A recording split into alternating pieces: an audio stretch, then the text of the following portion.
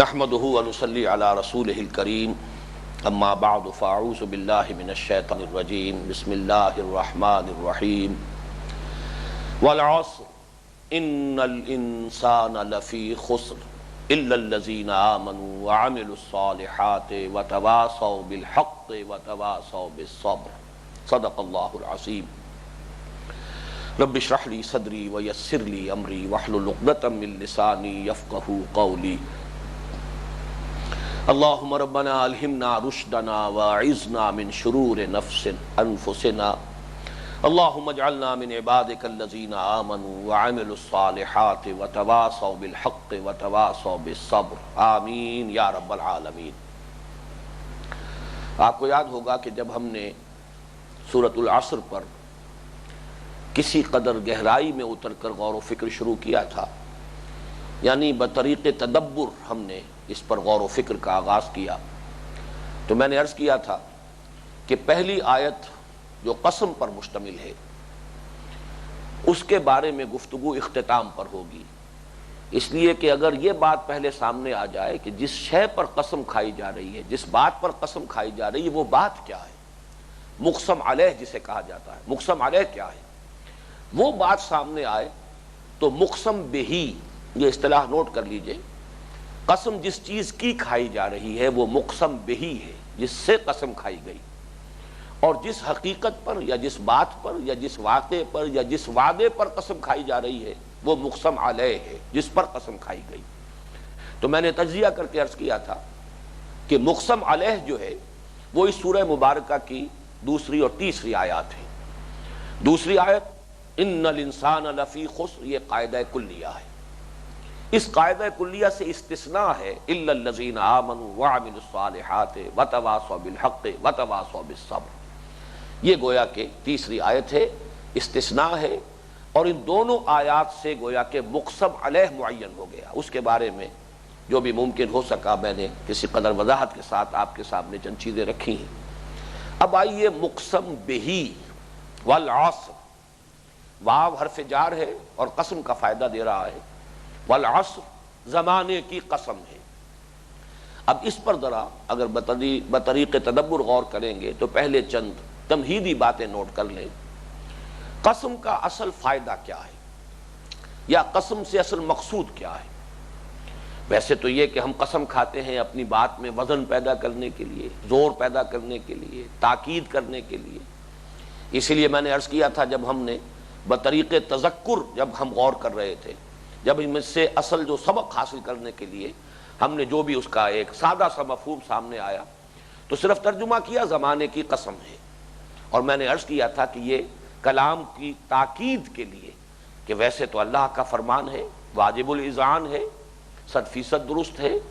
مستند ہے ان کا فرمایا ہوا،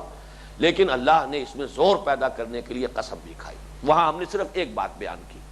لیکن اب ذرا گہرائی میں سمجھیے کہ اصل میں قسم کا فائدہ ہوتا ہے شہادت، گواہی۔ جس چیز کی قسم کھائی جاتی ہے اسے گویا کہ گواہ کے طور پر پیش کیا جاتا ہے، اس کو گواہ، اس کو حاضر ناظر جان کر میں یہ بات کہہ رہا ہوں،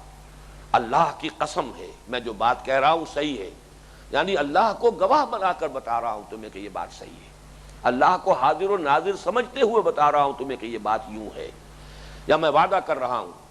تو اللہ کی قسم کھا کر وعدہ کر رہا ہوں، یعنی میرے اس وعدے پر اللہ گواہ ہے، اللہ شہید بیننا و بینکم، اللہ گواہ ہے ہمارے اور تمہارے مابین۔ تو قسم کا در حقیقت جو مفاد ہے اور جو مقصود ہے وہ ہے شہادت، گواہی۔ البتہ انسان جو قسمیں کھاتے ہیں اور اللہ نے جو قسمیں کھائی ہیں قرآن مجید میں، ان میں ایک بڑا بنیادی فرق ہے۔ انسان جب بھی قسم کھائے گا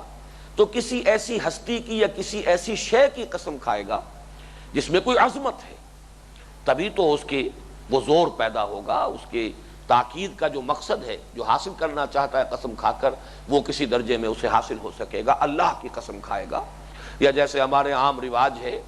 کہ قرآن مجید کی قسم انسان کھا رہا ہے تو کوئی عظمت والی شے جس میں فی نفس ہی بذات ہی کوئی عظمت کا پہلو ہے، اسی کو گواہی میں پیش کریں گے تو ہماری اس خبریہ کلام پر یا ہمارے اس وعدے پر میں کوئی زور پیدا ہوگا کہ ہم نے اس ہستی کی شہادت پیش کرتے ہوئے یہ بات کہی۔ لیکن جب اللہ قسم کھاتا ہے تو اللہ تو خود عظیم ترین ہے، اللہ سے زیادہ عظمت اور کس کی ہوگی؟ لہذا ہماری قسموں میں شہادت کے ساتھ ساتھ مقسم بہی کی عظمت بھی ہوتی ہے۔ اللہ نے جو قسمیں کھائی ہیں قرآن مجید میں، اس میں مجرد شہادت ہے، اس میں عظمت کا کوئی پہلو نہیں، اس لیے کہ یہاں قسم کھانے والا خود عظیم ترین ہے، اس سے زیادہ عظمت والی کوئی شے ہے نہیں،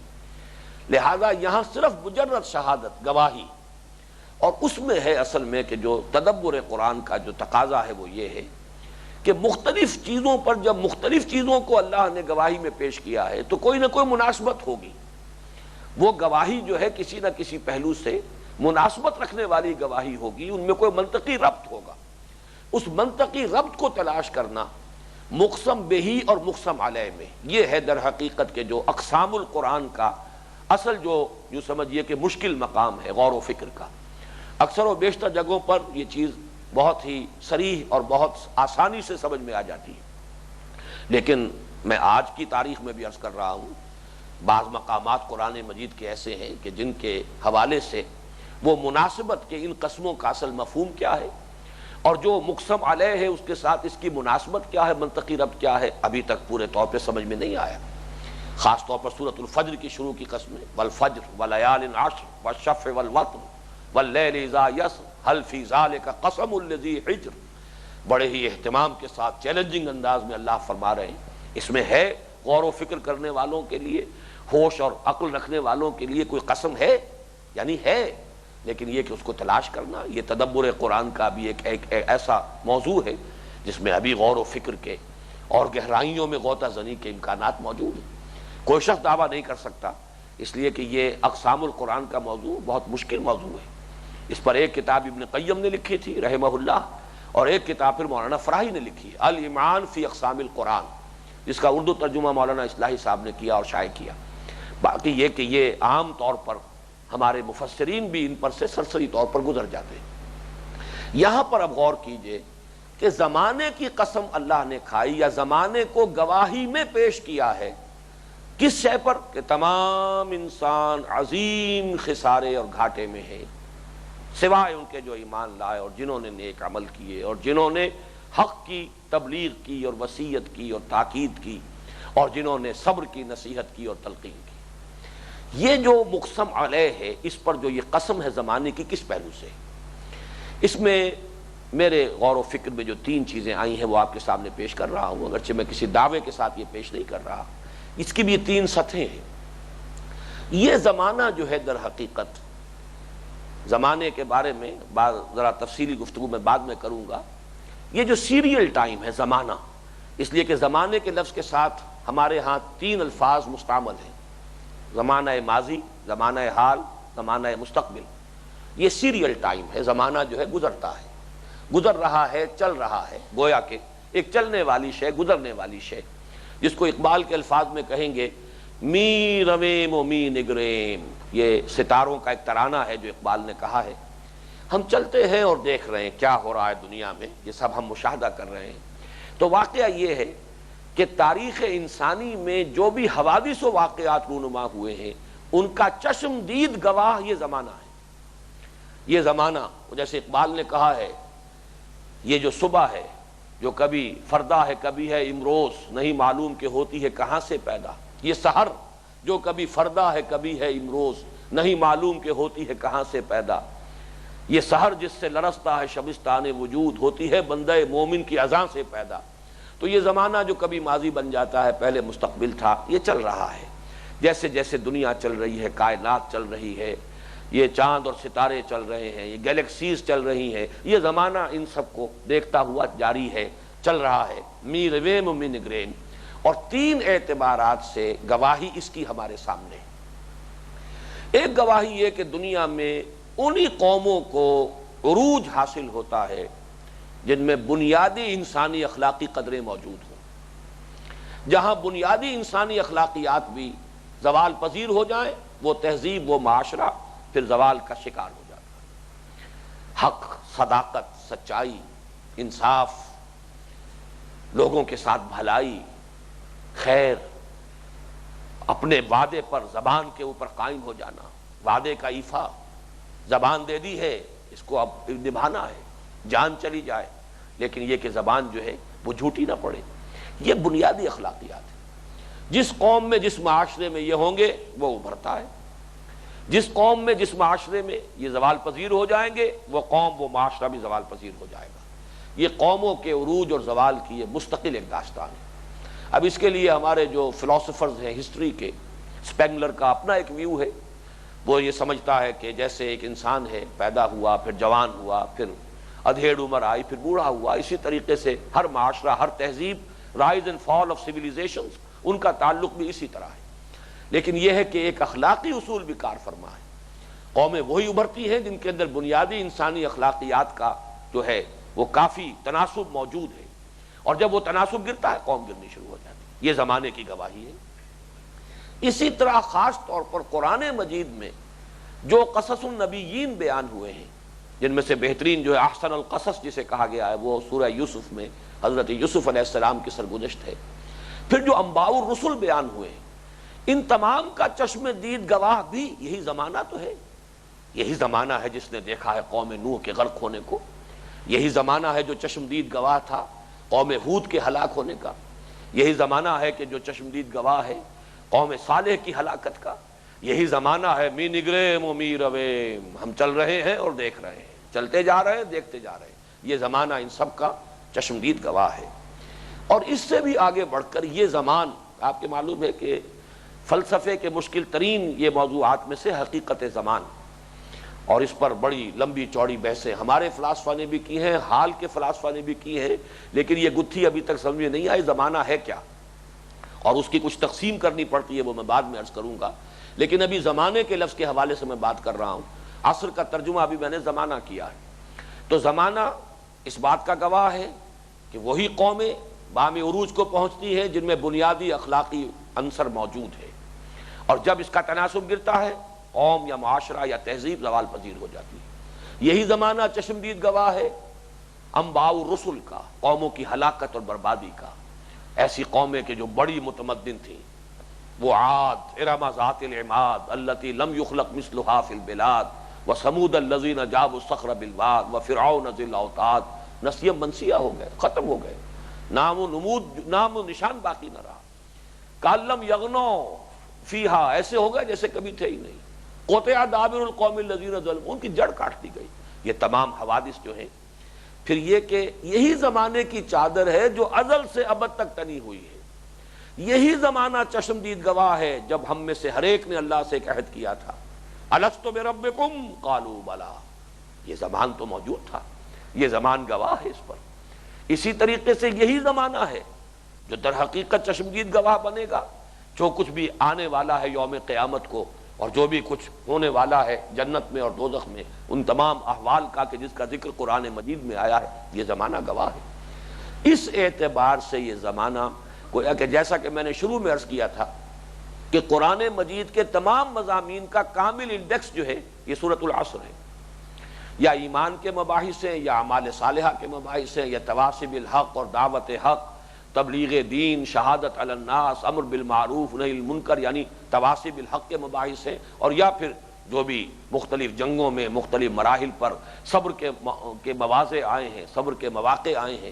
والصابرین فی الباساء والضراء وحین الباس، یا ان کی داستانیں ہیں۔ چار مضامین وہ ہیں، باقی یہ تمام چیزیں نکال دیجئے تو اب قرآن میں مزید کیا ہے؟ قرآن مجید میں یا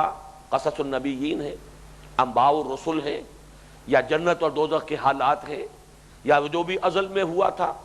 ابتدائے آفریدش میں جب کہ ہم سے ایک عہد لیا گیا تھا، الست بربکم قالوا بلا،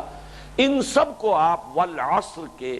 عنوان کے تحت لے آئیے تو پورے قرآن مجید کا کامل انڈیکس یہ سورۃ العصر بن گئی۔ اس اعتبار سے یہ زمانہ گویا کہ چشمدید گواہ ہے۔ اب ذرا اس سے کچھ مزید گہرائی میں اتریے۔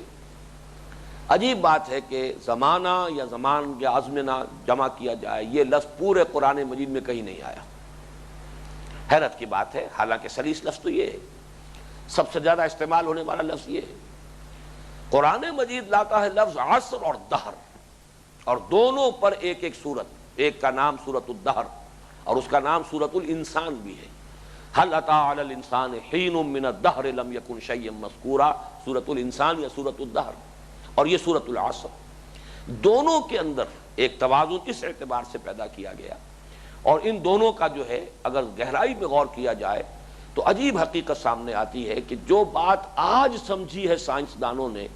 گویا کہ یہ چونکہ فطرت انسانی کا معاملہ ہے، اور یہ چونکہ علم وہ تھا کہ جو حضرت آدم کو دے دیا گیا ہے ابتدائے آفرینش میں، علم آدم الاسماء کلھا، گویا کہ یہ شے حقیقت کے اعتبار سے لوگوں کے علم میں تھی۔ عصر اور دہر یہ دونوں الفاظ جو ہیں اگر گہرائی میں اتر کر غور کریں گے تو یہ زمانے کا جو مرکب ہے، زمان و مکان کا، ٹائم اینڈ سپیس کمپلیکس، ان کے لیے مستعمل ہے۔ عصر کا لفظ بھی وہ ٹائم اینڈ سپیس کمپلیکس کے لیے ہے، مرکب زمان و مکان، اور دہر کا لفظ بھی مرکب زمان و مکان، ٹائم اینڈ سپیس کمپلیکس کے لیے ہے۔ لیکن فرق کیا ہے؟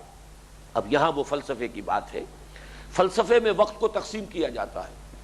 ایک ہے ایبسولوٹ ٹائم یا پیور ڈیوریشن،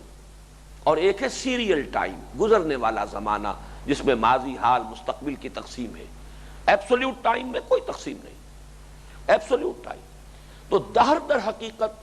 زمان و مکان کے کمپلیکس کی اس طرح کی وضاحت کر رہا ہے یہ لفظ کہ جس کے اندر اس کا پھیلاؤ، اس کی وسعت، اس کی مکانیت والا جو کمپوننٹ ہے وہ زیادہ فوکس میں ہے، اور عصر اسی زمان و مکان کے مرکب کے اس حصے کی طرف اشارہ کر رہا ہے جس میں ٹائم ایلیمنٹ، جو اس کا جو ایک کانسٹیٹوئنٹ ہے، وقت اور زمان اور اس کا گزرنا، اس کی طرف اشارہ کر رہا ہے۔ چنانچہ عصر کا لفظ ماخوذ ہے اس مادے سے جس کے جتنے بھی استعمالات آپ کو ملیں گے اس میں تیز روی،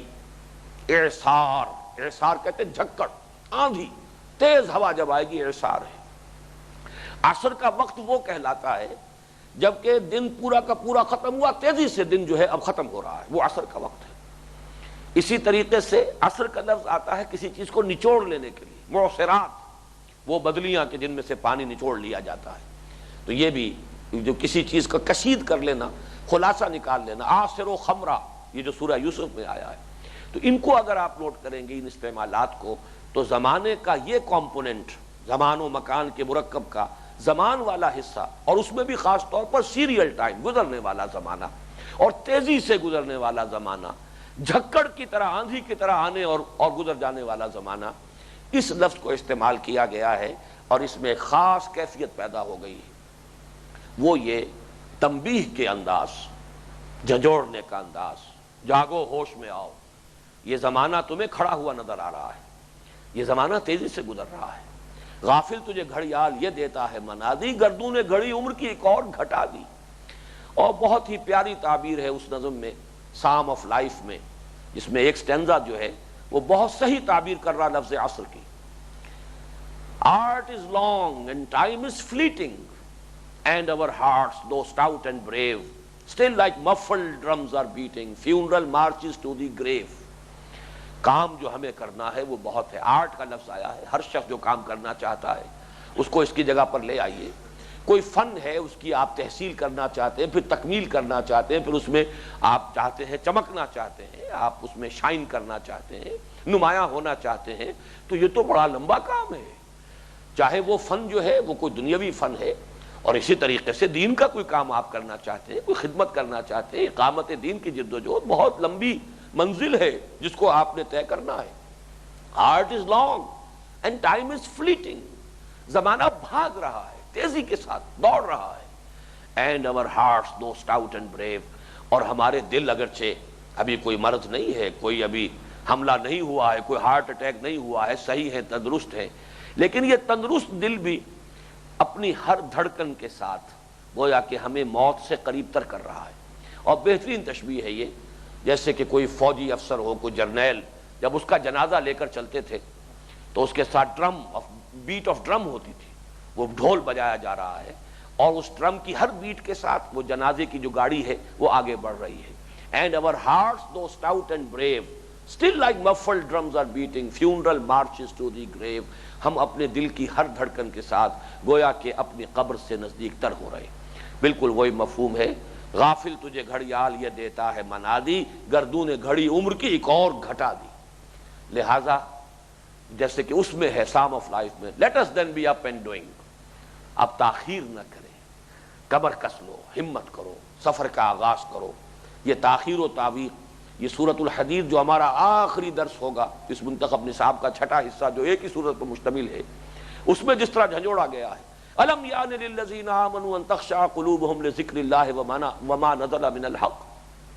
کیا ابھی تک وقت نہیں آیا اہل ایمان کے لیے کہ ان کے دل جھک جائیں اللہ کی یاد میں اور جو کچھ اللہ کی طرف سے نازل ہوا ہے اس کے سامنے؟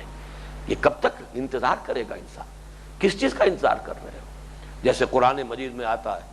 کہ کیا یہ انتظار کر رہے ہیں اس کا کہ اللہ تعالیٰ جو ہے بادلوں کی بدلیوں میں اللہ تعالیٰ ہی اپنا نزول اجلال فرمائے اور فرشتے آئیں اور میدان حشر کے عدالت لگ جائے اور حساب چکا لیا جائے؟ اس کا انتظار کر رہے ہیں؟ کس چیز کا انتظار کر رہے ہیں؟ لہذا تیزی کے ساتھ اسی کو ہمارے مفسرین نے بیان کیا ہے بڑی پیاری تمثیل سے کہ ہماری مثال برف کے تاجر کی سی ہے۔ برف کا تاجر آپ تصور کیجئے، اس کا جو اصل سرمایہ ہے وہ پگھل جانے والا ہے۔ اگر وقت گزر گیا تو نہ صرف یہ کہ کوئی نفع نہیں ہوگا، صرف نقصان بھی نہیں ہوگا، بلکہ کہیے کہ اصل زر ختم، وہ تو پانی ہو گیا، پگھل گیا۔ لہذا کسی اور شے کا تاجر جو ہے اسے اتنی جلدی نہیں ہوگی۔ سبزیاں ہیں، آج اگر پوری نہ بکی، چلیے کل صبح تھوڑی سی کم قیمت پر باسی سبزی ہوگی، بک جائے گی۔ باقی اور کسی کی دکان جو ہے، منیاری کی دکان ہے، سارا سامان جو کا تو رکھا ہوا ہے، کل کے دن شاید قیمت کا اضافہ ہی ہو جائے گا، کوئی گھٹے کا کوئی سوال نہیں۔ لیکن یہ ہے کہ برف کا تاجر وہ تو اگر ایک وقت معین کے اندر اس نے اس برف کو بیچ کر پیسے کھڑے نہ کر لیے تو نفع نقصان کیا سوال، یہاں تو پورا کا پورا اصل زر جو ہے، پورا سرمایہ ختم ہو جائے گا۔ تو انسان کا اصل سرمایہ یہ وقت ہے اور یہ وقت تیزی سے گزر رہا ہے۔ تو ایک طرف اس میں شہادت کا پہلو آیا، اگر عصر کو آپ عام زمانے کے حوالے سے لیں تو 3 گواہیاں یہ زمانہ دے رہا ہے۔ تمام واقعات کا چشمدید گواہ یہ ہے، قوموں کے عروج و زوال کا چشمدید گواہ یہ ہے، جو کچھ کہ ان رسولوں کی قوموں کا جو حشر ہوا ہے، جن کی طرف رسول بھیجے گئے اور انہوں نے ان کی دعوت کو قبول کرنے سے انکار کیا، اس کا چشمدید گواہ یہ زمانہ ہے۔ یہ زمانہ گواہی دے رہا ہے وَالْعَصْرِ إِنَّ الْإِنسَانَ لَفِي خُسْرٍ إِلَّا الَّذِينَ آمَنُوا وَعَمِلُوا الصَّالِحَاتِ وَتَوَاصَوْا بِالْحَقِّ وَتَوَاصَوْا بِالصَّبْرِ۔ اور وَالْعَصْرِ، تیزی سے گزرنے والا زمانہ، ٹائم از فلیٹنگ، یہ بھاگنے والا زمانہ، یہ گواہ ہے، یہ منادی دے رہا ہے۔ غافل تجھے گھڑیال یہ دیتا ہے منادی، گردوں نے گھڑی عمر کی ایک اور گھٹا دی، لہٰذا جلدی کرو۔ بہت پیارا شعر ہے کہ جو شہنشاہ اورنگزیب عالمگیر کو بہت ہی پسند تھا، ایز فرصت بے خبر در ہرچے باشی زود باش۔ اس فرصت کی قدر سمجھو، تم نے اس کی ناقدری کی ہوئی ہے۔ در ہرچے باشی زود باش، جو کام بھی کرنا جلدی کرو، تاخیر اور تعویق سے اپنی منزل کھوٹی نہ کرو۔ یہ ہے مقسم بہی اور مقسم علیہ کا آپس کا ربط۔ اس پر ہماری یہ بحث جو ہے اس سورۃ العصر پر بطریق تدبر جتنا بھی اللہ تعالیٰ نے جو بھی اس کے ضمن میں جو ہمیں غور و فکر کی صلاحیت دی ہے، اس کو میں نے جس درجے میں بھی بیان کر سکا، اگرچہ واقعہ یہ ہے کہ میں نے کبھی بھی سورۃ العصر کو بیان کر کے یہ محسوس نہیں کیا کہ میں اس سورہ مبارکہ کا حق ادا کر سکا، اس لیے کہ مجھے تو یہ پورا قرآن نظر آتا ہے۔ یہ گویا کہ پورے قرآن مجید کا لب لباب اور اس کا خلاصہ ہے، جیسا کہ میں آغاز میں عرض کر چکا ہوں۔ اب آج کی آخری بحث ہے، اس میں نمبر 1 تو حضرت عائشہ صدیقہ رضی اللہ تعالی عنہ کا جو قول بہت مرتبہ آپ نے سنا ہوگا کہ حضور کے سیرت کے بارے میں جب فرمائش کی گئی کہ ام المومنین ہمیں کچھ حضور کی سیرت سنائیے، تو انہوں نے جواباً سوال کر لیا، الستم تقرؤون القرآن، کیا آپ لوگ قرآن نہیں پڑھتے؟ تو لوگ حیران ہوئے کہ ام المومنین ہم نے تو سیرت کے لیے فرمائش کی ہے، قرآن تو ہم پڑھتے ہیں، ہم سیرت النبی، سیرت رسول کچھ سننا چاہتے ہیں۔ تو اس پر فرمایا معلمہ امت حضرت عائشہ صدیقہ رضی اللہ تعالی عنہا نے، کان خلقہ القرآن، حضور کی سیرت قرآن ہی تو ہے۔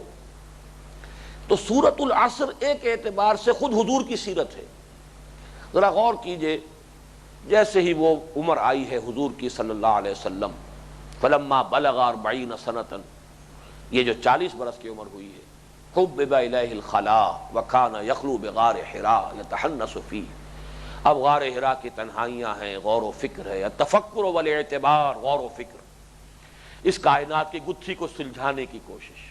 حقیقت کیا ہے، میں کیا ہوں، زندگی کیا ہے، کائنات کیا ہے، یہ جو کچھ ہو رہا ہے کیوں ہو رہا ہے، یہ ظلم کیوں ہے، یہ زیادتیاں کیوں ہیں، یہ جو معاشرے کے اندر اونچ نیچ ہے کیوں ہے؟ غور و فکر، سوچ بچار. اور اس کا نتیجہ کیا نکلا؟ وَوَجَدَكَ ضَالًّا فَهَدَىٰ. اب یہ ہے جب وہ اللہ تعالیٰ کی طرف سے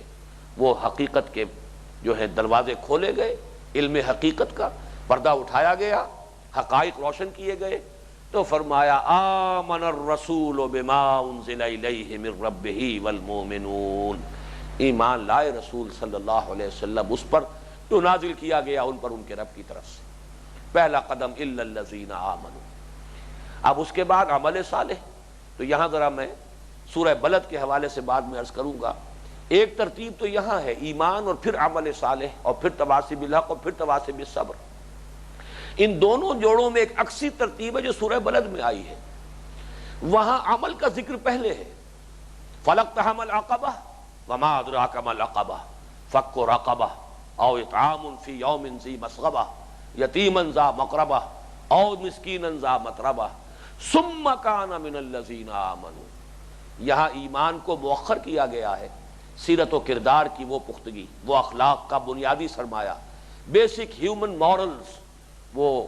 خدمت خلق کا مادہ، وہ ہمدردی کا مادہ، یہ تو پہلے سے موجود ہے، بتمام و کمال موجود ہے. بلکہ اسی کا عکس خود حضرت ابو بکر صدیق کی زندگی اور سیرت کے اندر موجود ہے. ہمدردی، رقت قلب، لوگوں کے کام آنے کا، لوگوں کے دکھ بانٹنے کا کی صلاحیت، بلکہ اس کا جذبہ بتمام و کمال موجود ہے. باقی اس میں پھر جو اعمال صالحہ اور آئے ہیں اب ایمان کے بعد، اب نماز عطا کی گئی ہے اور جو چیزیں دی گئی ہیں بھرپور طور پر وہ بھی ادا ہو رہے ہیں. لیکن یہ کہ اس کے بعد جب حکم آ گیا ہے یا ایھا المدثر قم فانذر وربک فکبر، اب پوری زندگی اس کا ایک ایک لمحہ تواصی بالحق اور تواصی بالصبر. اور آپ نے کیا کیا ہے؟ کاروبار تو تھا جو ہو گیا، وہ 40 برس کی عمر سے پہلے پہلے جو ہو گیا سو ہو گیا. اب تو پوری زندگی ہر سانس وقف ہے تواصی بالحق اور تواصی بالصبر کے لیے. دعوت و تبلیغ، اس کے لیے پھر جو بھی باطل کے ساتھ پنجہ آزمائی، پھر اس میں میدان جنگ میں بھی ہے، دندان مبارک بھی شہید ہو رہے ہیں. اس سے پہلے 3 سال کا محاصرہ بھی ہے شیب بنی ہاشم کا. اور آپ کو معلوم ہے کہ طائف میں کی سرزمین میں آپ پر پتھراؤ بھی ہو رہا ہے. تواصی بالحق تواصی بالصبر، دعوت، تبلیغ، اعلاء کلمت اللہ، خیر کی اشاعت، اللہ کے راستے کی طرف بلانا، شہادت علی الناس. اس میں پھر جو بھی آئے ہر چہ باد آباد واصبر علی ما اصابک. یہی گویا کہ سیرت النبی صلی اللہ علیہ وسلم اگر چند الفاظ میں آپ جاننا چاہیں تو یہی تو ہے. دوسری بات، اس سورہ مبارکہ کا جو ربط و تعلق ہے، ایک تو سورہ ما قبل اور ایک سورہ ما بعد کے ساتھ. یہ جو حضرات جو آخری حصہ تھا ہمارے مسلسل درس قرآن کا، جب اختتامی دور تھا، اس مقام پر جب ہم پہنچے تھے، جو لوگ شریک رہے ہیں انہیں یاد ہوگا کہ میں نے یہ عرض کیا تھا کہ اس مقام پر 3 سورتوں کے گروپس ہیں. ایک گروپ یہ ہے جس کے لیے مثال میں نے دی تھی جیسے انگوٹھی ہو یا جیسے ہار ہو. ہار کے یہاں نیچے درمیان میں کوئی بڑا سا ہیرا لٹکا ہوا ہے، یا انگوٹھی ہے اس کا نگینہ بہت قیمتی ہے، بہت خوبصورت ہے، اور دونوں طرف ظاہر بات ہے انگوٹھی کے وہ دونوں بازو جائیں گے، ہار کے بھی دونوں بازو ہے، ان میں موتی ہے، لیکن یہ کہ وہ اصل ہیرا جو ہے وہ یہاں نیچے ٹنگا ہوا ہے. بالکل اسی طرح سورۃ العصر ایک نگینے کے مانند ہے، اور دونوں طرف الہاکم التکاثر حتی زرتم المقابر. اب دیکھیے والعصر، چونکانے کے لیے، جگانے کے لیے، ہوش میں آؤ، نیند کے ماتو جاگو، تیزی سے گزر رہا ہے یہ وقت، پکڑو اسے، time, catch the time by the forelock, پکڑو اسے، اسی میں بنانا ہے جو کچھ بنانا ہے. اس اعتبار سے اب اس سے پہلی صورت الحاق تمہیں غافل کیے رکھتی ہے. غفلت، یہ چونکنے کا بالکل ضد، عکس، اس کا اینٹونیم. الہاکم التکاثر حتی زرتم المقابر، جو میں نے ابتدا میں عرض کیا تھا کامیابی کے معیارات. اگر یہ معیار سامنے نہیں ہے الا الذین آمنوا وعملوا الصالحات وتواصوا بالحق وتواصوا بالصبر، تو پھر آدمی کیا کرے گا؟ ساری توانائیاں، ساری قوتیں، ساری صلاحیتیں، ساری ذہانت، ساری فطانت صرف ہوگی کس میں؟ التکاثر، زیادہ سے زیادہ مال، زیادہ سے زیادہ دولت، زیادہ جائیداد، ان چیزوں کے حصول میں انسان لگا رہتا ہے، زندگی بتا دیتا ہے. غافل رہتا ہے یہاں تک کہ قبر میں اتار دیا جائے۔ الہاکم التکاثر حتی زرتم المقابر کلا سوف تعلمون ثم کلا سوف تعلمون کلا لو تعلمون علم الیقین لترون الجحیم ثم لترونها عین الیقین ثم لتسألن یومئذ عن النعیم۔ اس پس منظر میں ابھری والعصر ان الانسان لفی خسر۔ اگلی صورت ویل لکل ہمزۃ لمزہ۔ جب انسان اس بہتات کی طلب میں لگتا ہے، ایک حد تو یہ ہو سکتی ہے کہ ایک شخص بہتات کا طالب تو ہے لیکن کوئی نہ کوئی مورل پرنسپلز ہیں، کوئی سچ اور جھوٹ کا امتیاز کر رہا ہے، حق و باطل میں فرق کر رہا ہے، جائز ناجائز کا فرق کر رہا ہے۔ ایک وہ پھر سرحد آ جاتی ہے اور زیادہ دور نہیں ہوتی جبکہ تمام اخلاقی اقدار سے انسان تہی دست ہو جاتا ہے، اب بائی ہک اور بائی کروک جیسے بھی ہو، اخلاق کی بلندی سرے سے ختم، کوئی تصور نیکی کا ہے ہی نہیں، پستی کی طرف انسان اس درجے گرتا ہے کہ اس کی پستی کی علامت ویل لکل ہمزۃ لمزہ الذی جمع مالا وعددہ یحسب ان مالہ اخلدہ۔ یہ نقشہ ہے در حقیقت اس اخلاقی پستی کا کہ اگر انسان اس راستے پر نہیں چل رہا ہے الا الذین آمنوا وعملوا الصالحات وتواصوا بالحق وتواصوا بالصبر، تو غفلت کا اس کے اوپر غلبہ ہوگا، تکاثر ہی اس کی زندگی کے اندر ساری اس کی بھاگ دوڑ کا اصل ہدف بن جائے گا، اور اس کی اخلاق کی پستی کا یہ عالم ہوگا ویل لکل ہمزۃ لمزہ الذی جمع مالا وعددہ یحسب ان مالہ اخلدہ۔ اور یہاں اس کو منطقی انتہا تک پہنچا دیا گیا، اس کا انجام کیا ہوگا؟ بلکہ حطمہ آئے گی، کلا لینبذن فی الحطمہ وما ادراک ما الحطمہ نار اللہ الموقدہ التی تطلع علی الافئدہ انہا علیہم موصدہ فی عمد ممددہ۔ یہ دونوں صورتیں سورہ تکاثر، سورہ ہمزہ، یہ بہت ایک دوسرے سے مشابہ ہیں، مضامین میں ایک دوسرے سے بہت مربوط، اور ان دونوں کے درمیان یا تو ہار کے اس ہیرے سے جو نیچے لٹک رہا ہے یا یہ کہ اس انگوٹھی کے نگینے سے تشبیہ دیجئے، ان دونوں کے مابین یہ سورہ مبارکہ ہے۔ اس سورہ مبارکہ کے کچھ اور بھی دوسری صورتوں کے ساتھ بھی کچھ ان کی مناسبت جو ہے وہ تو میں بلکہ آج جب سوچ رہا تھا اب وقت نہیں ہے اور آج بہرحال ہمیں بات ختم کر دینی ہے، وہ یہ ہے کہ سورۃ الدہر سے بعض صورتیں ایسی آتی ہیں آگے جیسے جیسے آپ بڑھتے ہیں جن میں الانسان، جنس انسان، نوع انسان کا تذکرہ ہے۔ هل اتى على الانسان حين من الدهر لم يكن شيئا مذكورا۔ انسان کی تخلیق ہوئی ہے کس لیے؟ آزمائش کے لیے۔ انا خلقنا الانسان من نطفة امشاج نبتلیہ فجعلناه سمیعا بصیرا۔ ذرا آگے چلیے، سورہ انفطار ہے، یا ایھا الانسان ما غرک بربک الکریم۔ ذرا آگے چلیے، سورہ انشقاق ہے، یا ایھا الانسان انک کادح الی ربک کدحا فملاقیہ۔ ذرا اور آگے چلیے، سورہ بلد ہے، انا خلقنا الانسان فی کبد۔ ذرا اور آگے چلیے، سورۃ التین ہے، لقد خلقنا الانسان فی احسن تقویم۔ ان تمام صورتوں میں یوں سمجھیے کہ یہ الانسان، جن سے انسان، نوع انسان کے بعض مختلف پہلو ہیں جو آئے خاص ترتیب کے ساتھ جن کو اب بیان کرنے کا وقت نہیں ہے، لیکن ان میں یوں سمجھیے کہ سورۃ العصر ان سب کا گویا کہ کلائمیکس ہے، وہ آخری اس کا نقطہ عروج۔ قریب ترین اس سے ہے سورۃ التین۔ ان دونوں صورتوں کا تقابل بہت ضروری ہے، اس کو ذہن میں رکھیے۔ دونوں کا مضمون ایک ہے، لیکن ایک میں انذار کا انداز ہے، ایک میں تبشیر کا انداز ہے، ایک میں ترہیب کا انداز ہے، ایک میں ترغیب کا انداز ہے، مضمون ایک ہی۔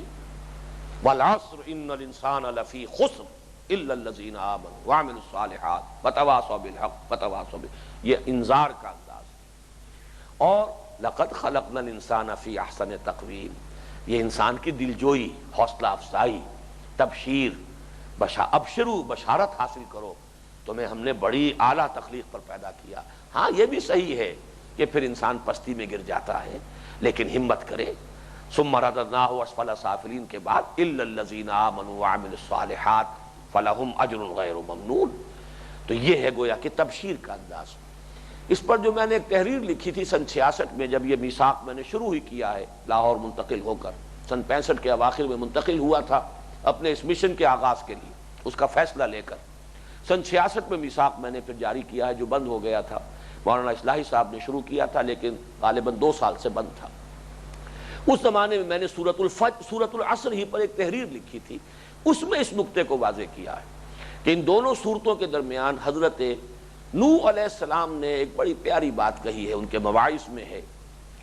2 راستے یا 2 دروازوں کا تصور پیش کیا ہے۔ اس دروازے سے داخل نہ ہو جو بہت کشادہ ہے، اور جس سے داخل ہونے والے بھی بہت ہیں، اس لیے کہ میں تمہیں بتاتا ہوں کہ وہ بالآخر تنگی کو لے جانے والا ہے۔ تم اس دروازے سے داخل ہو جو چھوٹا ہے، تنگ ہے، جس میں داخل ہونے والے بھی کم ہیں، لیکن یہ کہ بالآخر وہ کشادگی تک پہنچا دے گا۔ اب یہ نوع انسانی کا اگر ہم مشاہدہ کریں، اگر ہمارے پاس کوئی ایسی صلاحیت ہو کہ ہم دیکھ سکیں پوری نوع انسانی کو ایک نگاہ میں، بیک نگاہ، تو انسانوں کی عظیم اکثریت جو ہے وہ تو اسی رخ پر ہے، الہاکم التکاثر حتی زرتم المقابر کلا سوف تعلمون ثم کلا سوف تعلمون۔ حقیر سی خواہشات ہیں، دنیا ہی دنیا کی مطلوب ہے،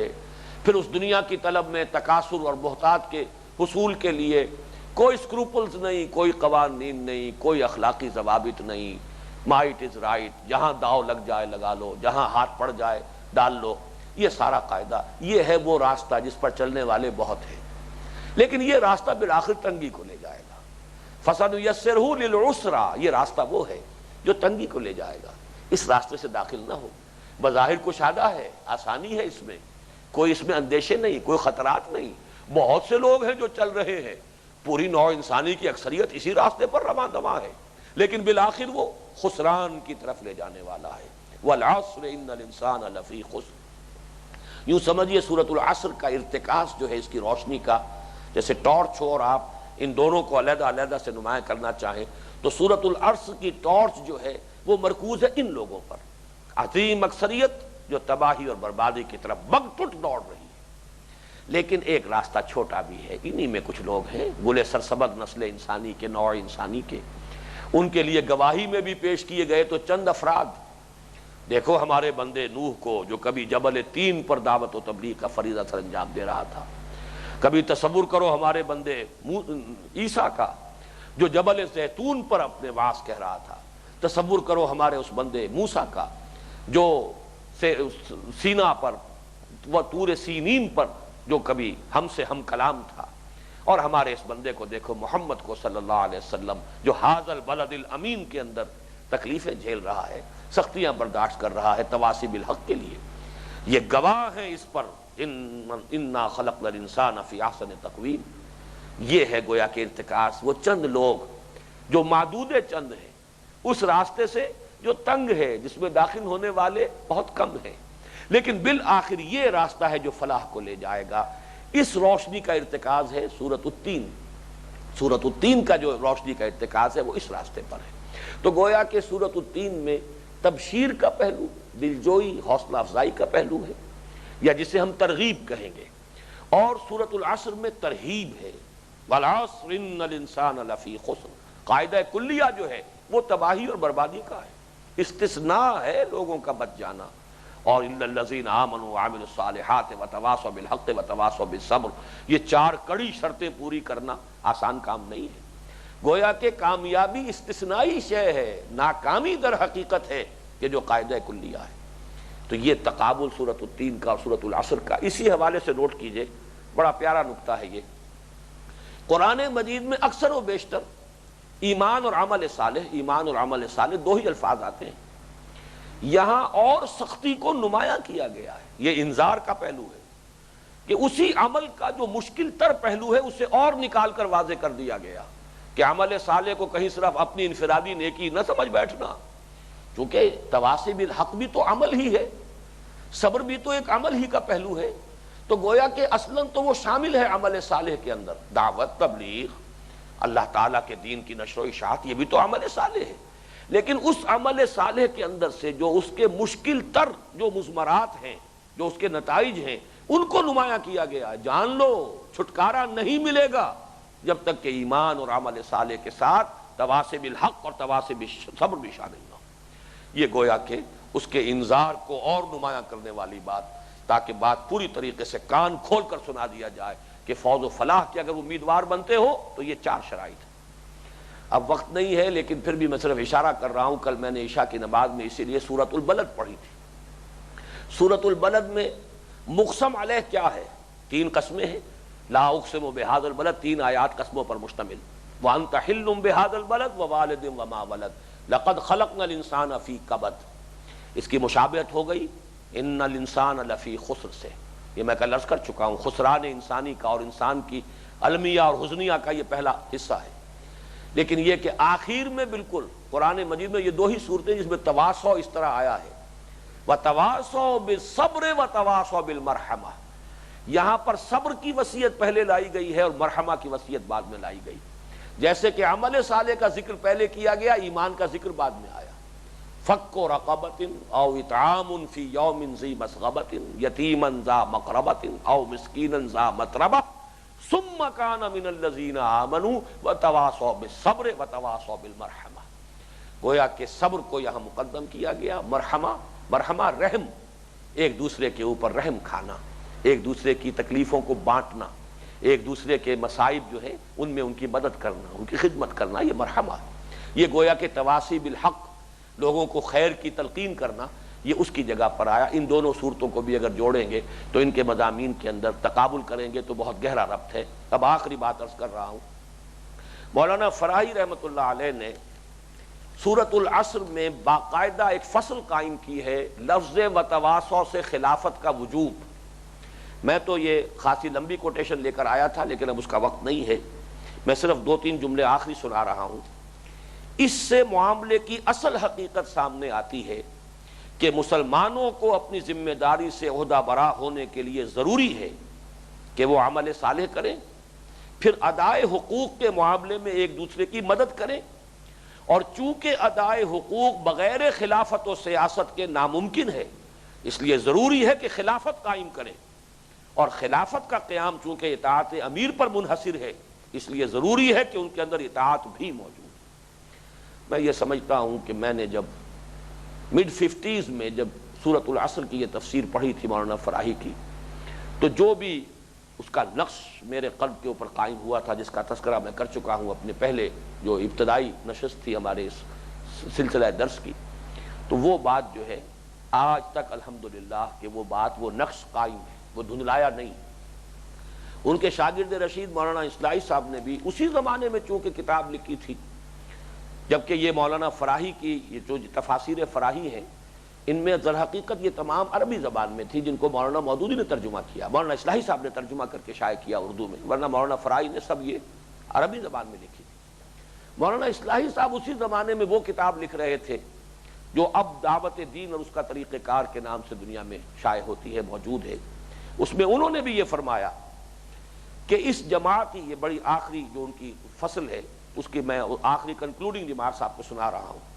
اس جماعتی فرض کی ادائیگی کا باضابطہ ادارہ خلافت کا ادارہ تھا، مسلمانوں کا جو اجتماعی فرض ہے اس کو ادا کرنے کے لیے،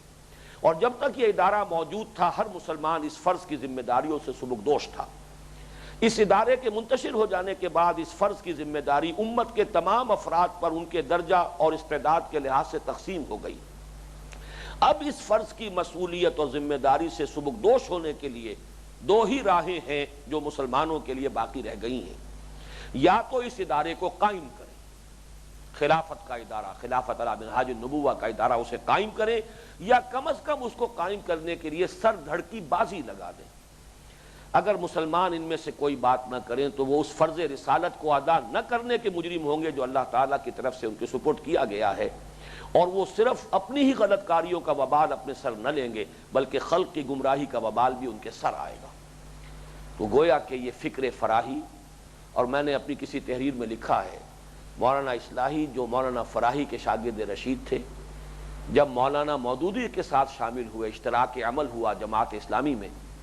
اور اس طریقے سے وہ ابوین ابو الکلام اور ابو العالیٰ کی تحریکیت اور یہ ہی عین مولانا فراہی اور مولانا اصلاحی کا جو نظم قرآن اور اسالیب قرآن کا خاص مکتب فکر ہے، یہ دونوں جڑے ہیں، ملے ہیں، اس سے بڑی برکات ظہور میں آئی ہیں، اور میں نے اس کے لیے لفظ استعمال کیا قران السعدین، 2 نہایت عمدہ چیزوں کا جمع ہو جانا، اور اس سے یہ دین کا تحریکی فکر جو ہے اس کا رشتہ جو ہے قرآن مجید کے ساتھ اور گہرا قائم ہوا۔ الحمدللہ کہ وہ فکر جو ان دونوں صوتوں کے جمع ہونے سے وجود میں آیا تھا، اس کی صحت پر، اس کی حقانیت پر مجھے آج بھی پورا انشراح صدر حاصل ہے۔ اور اس پورے درس قرآن میں، اس منتخب نصاب کا جو ہمارا سلسلہ ہے، اس میں در حقیقت یہی فکر ہے جس کے گوشے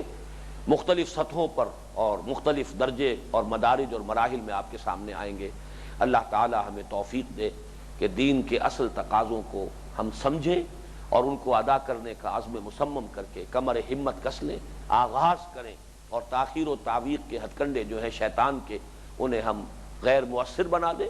اور اپنے جد و جہد کا، جہاد زندگانی کا اور تواصم الحق